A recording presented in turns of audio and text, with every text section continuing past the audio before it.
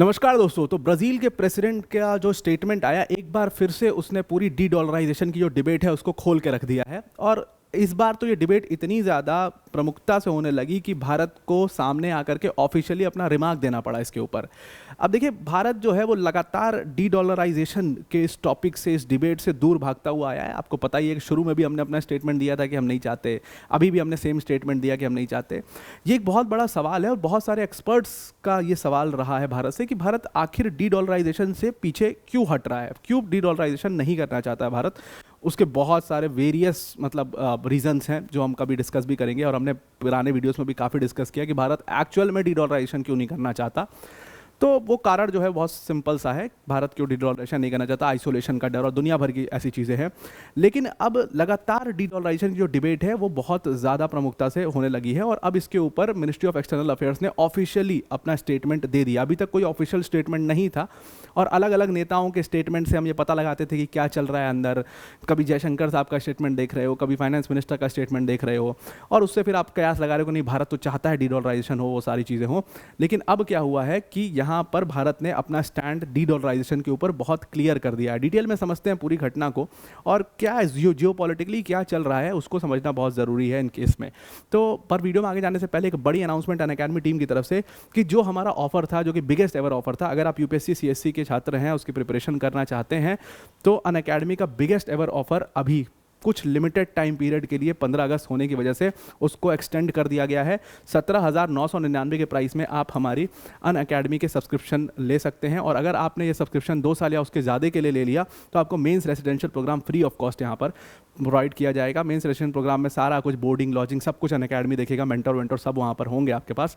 ध्यान में रखिएगा कि ये प्राइस दोबारा कभी नहीं आएगा। ये फर्स्ट एंड लास्ट बार इस प्राइस को अनअकैडमी ने रखा है, तो आप इस कोर्स को ज़रूर से अवेल करिए। इस कोर्स में सारे धुरंधर, मतलब मृणाल सर, सुदर्शन सर, प्रतीक सर जैसे जो बड़े टीचर्स हैं वो आपको इस बैचेस में पढ़ाएंगे। तो डिस्क्रिप्शन में उसकी लिंक दे दी है इस बैच की, उस लिंक पर क्लिक करके आप इस बैच को ज़रूर से ज़रूर ज्वाइन करिए। लिमिटेड टाइम ऑफर के लिए ये आया है, फिर ये ऑफर खत्म हो जाएगा। Now coming back to the topic. तो डी डॉलराइजेशन का जो टॉपिक उठा, जो डिबेट उठा, पिछले 2-3 दिन से आपने देखा होगा डिबेट सबसे ज़्यादा उठ रहा है। वैसे तो पिछले 2-3 दिन से सबसे ज़्यादा जो चीज़ न्यूज़ में है वो है कि डॉग्स का, जो डॉग लवर्स हैं वो, उन्होंने पूरा एक प्रोटेस्ट आउट किया और पूरा केस चल रहा है सुप्रीम कोर्ट में। मैं भी देख रहा था वो, उसको भी हम कवर करेंगे और उसका पूरा सारे पर्सपेक्टिव से उसको कवर करने की कोशिश करेंगे। बट यहाँ पर देखो, साफ कर दिया है हमारी मिनिस्ट्री ऑफ एक्सटर्नल अफेयर्स ने, डी डॉलराइजेशन को उन्होंने कह दिया कि ये हमारे फाइनेंशियल एजेंडा पे है ही नहीं। हम डी डॉलराइजेशन के ऊपर कुछ सोच भी नहीं रहे हैं, ना हमारे कोई प्लान्स हैं, ना हम कुछ ऐसा कर रहे हैं, ना हम किसी से बातचीत कर रहे हैं, ना हम किसी से डिस्कशन कर रहे हैं। हमारे फाइनेंशियल एजेंडा पर ही डी डॉलराइजेशन नहीं है। अब ये हुआ क्या है, मिनिस्ट्री ऑफ एक्सटर्नल अफेयर्स ने ऐसा क्यों कहा है एग्जैक्टली, अगर उनका स्टेटमेंट देखो तो मिनिस्ट्री ऑफ एक्सटर्नल अफेयर्स के जो स्पोक्स पर्सन है रणधीर जायसवाल, उन्होंने कहा कि हमने अपना पोजीशन जो है बहुत क्लियर कर दिया है इस इशू पर। पहले भी हमने क्लियर किया था, अभी भी हम क्लियर कर रहे हैं कि डी डॉलराइजेशन हमारे फाइनेंशियल एजेंडा पर है ही नहीं। अब जैसे ये स्टेटमेंट आता है, बहुत सारे लोग इस बारे में बोलने लगते हैं क्या इंडिया अभी भी उस डोर को ओपन रखना चाहता है जिससे वो यूएस के साथ निगोशिएट कर सके।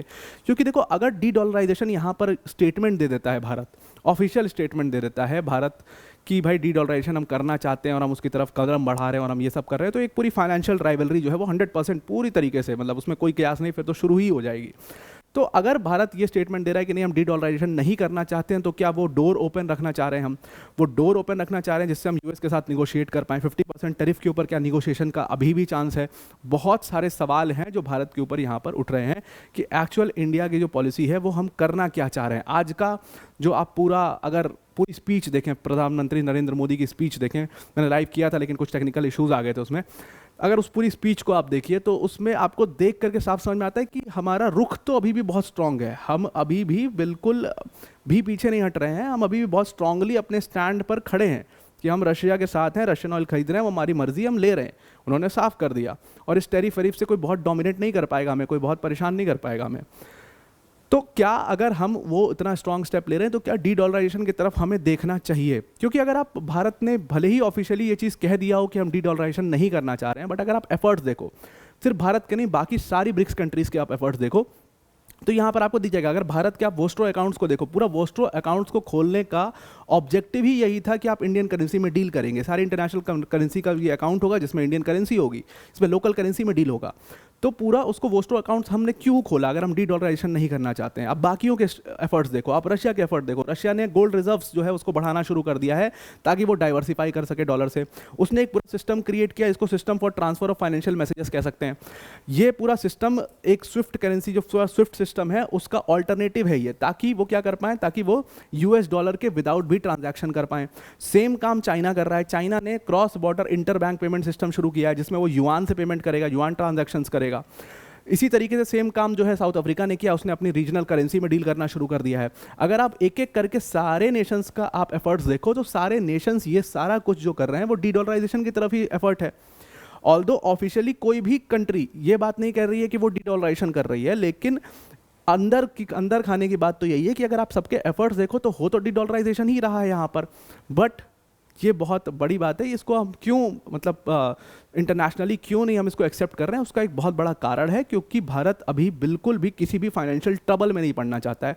ट्रंप देखिए, ट्रंप मैंने आपको बोला और खुद ट्रंप एडमिनिस्ट्रेशन के लोग इस बात को बोल रहे हैं कि बहुत ही इंपल्सिव आदमी है, वो कभी भी कोई भी डिसीजन ले लेता है, उसका कोई मतलब तो रहता नहीं है।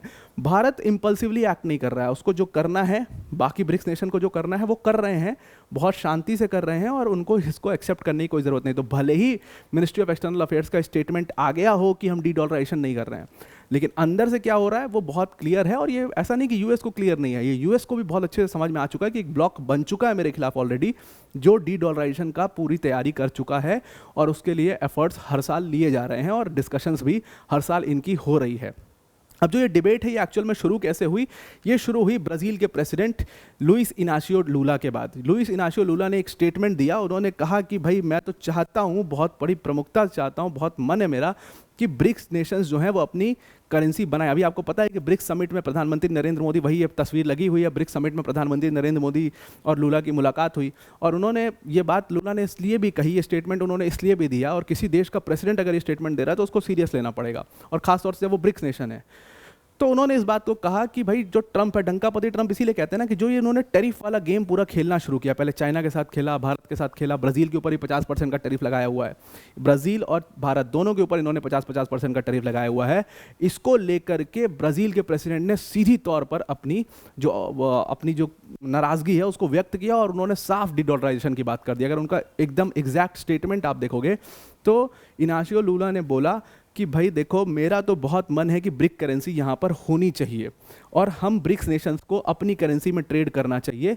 और बहुत लोग, बहुत सारे एक्सपर्ट्स, बहुत सारे फाइनेंशियल पंडित्स इस बात को बोलते हैं कि भाई देखो, अगर हम ब्रिक्स करेंसी में आप डील करोगे आप आइसोलेट हो जाओगे और वो चल नहीं पाएगा। कह रहे हैं मैं मानता हूँ, मान लो नहीं चला, लेकिन अगर मान लो नहीं चला तो ये प्लान जो है पूरी तरीके से फेल हो जाएगा और फिर मैं मान लूँगा कि मैं गलत हूँ।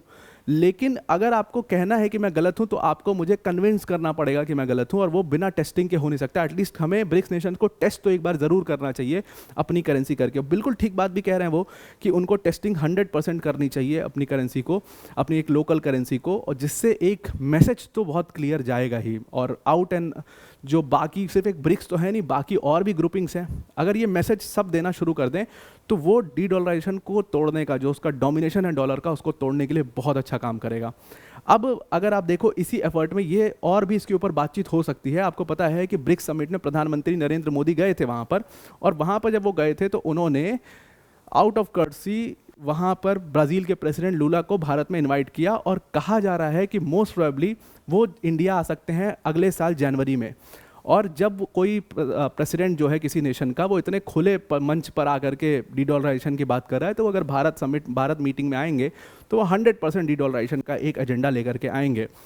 कहने का मतलब ये है कि भारत अंदर से पूरी तरीके से अपने एफर्ट्स लगा रहा है डी डॉलराइजेशन के लिए, बस ऑफिशियली उस चीज़ को एक्सेप्ट नहीं करेगा और कोई भी नेशन नहीं करेगा। चाइना ने साफ कह दिया कि डी डॉलराइजेशन नहीं कर रहे हैं हम, तो कोई भी नेशन उस चीज़ को एक्सेप्ट नहीं करेगा। आई होप आपको पूरा आर्टिकल समझ में आ गया होगा। आज के लिए इतना ही। Thank you and have a nice day.